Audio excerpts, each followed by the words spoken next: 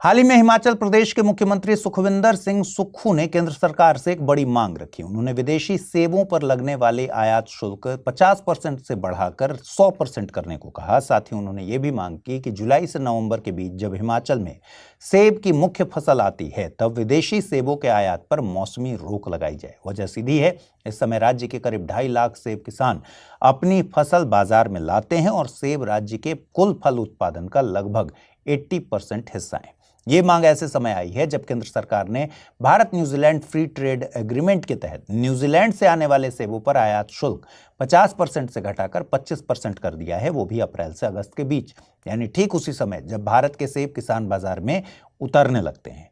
देखिए, एफटीए के तहत न्यूजीलैंड को कुछ कृषि उत्पादों में छूट दी गई है, जिनमें सेब भी शामिल है। शुरुआत में 32,500 टन सेब कम शुल्क पर आयात किए जा सकते हैं और ये सीमा छठे साल तक बढ़कर 45,000 टन हो जाएगी। शर्त यह है कि सेब की कीमत कम से कम $1.25 पर किलो हो। तय सीमा से ज्यादा आयात पर फिर भी 50% शुल्क लगेगा। अब जरा भारत के सेब उत्पादन को समझते हैं। जम्मू कश्मीर में लगभग 20 लाख मीट्रिक टन, हिमाचल प्रदेश में 5 से 6 लाख मीट्रिक टन और बाकी उत्पादन उत्तराखंड और कुछ अन्य राज्यों में होता है। साफ है कि अगर आयात बढ़ा तो सबसे ज्यादा असर हिमाचल और जम्मू कश्मीर के किसानों पर पड़ेगा। किसानों की असली चिंता है कि न्यूजीलैंड के सेब भारत के ऑफ सीजन में आते हैं। गौरतलब है कि भारत में सेब जुलाई से नवंबर के बीच तोड़े जाते हैं। इसके बाद जो सेब बिकते हैं वे कोल्ड स्टोरेज और कंट्रोल्ड एटमॉस्फेयर सीए में रखे हुए होते हैं। वहीं न्यूजीलैंड में सेब जनवरी से मई के बीच तैयार होते हैं, यानी वे ताजे सेब उसी समय भेजे जा सकते हैं जब भारतीय किसान स्टोरेज वाले सेब बेच रहे होते हैं। नतीजा ये होता है कि विदेशी सेब सस्ते और ज्यादा आकर्षक होकर दिखते हैं। जम्मू कश्मीर में गाला जैसी किस्में जून में और रॉयल डिलीशियस सितंबर में बाजार में आती हैं। चूंकि शुल्क घटाने की अवधि अप्रैल से अगस्त है, इसलिए घरेलू सेब की बिक्री सीधे प्रभावित होती है।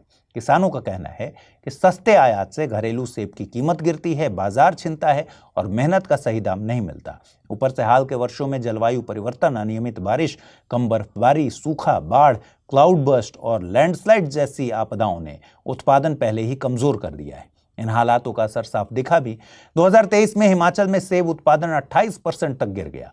बाद में उत्पादन बढ़ा भी, लेकिन भारी बारिश और आपदाओं के कारण बड़ी मात्रा में सेब आकार और गुणवत्ता खराब होने की वजह से बाजार तक नहीं पहुंच पाए। जम्मू कश्मीर में तो पिछले साल NH-44 बंद होने से सैकड़ों ट्रक फंस गए और फसल समय पर मंडियों तक ही नहीं पहुंच पाई। इसलिए किसान संगठन मांग कर रहे हैं कि विदेशी सेबों पर 100% शुल्क लगे, जुलाई से नवंबर के बीच आयात पर रोक लगे, सेब को स्पेशल प्रोटेक्शन मिले और किसानों को सही सब्सिडी और सपोर्ट मिले।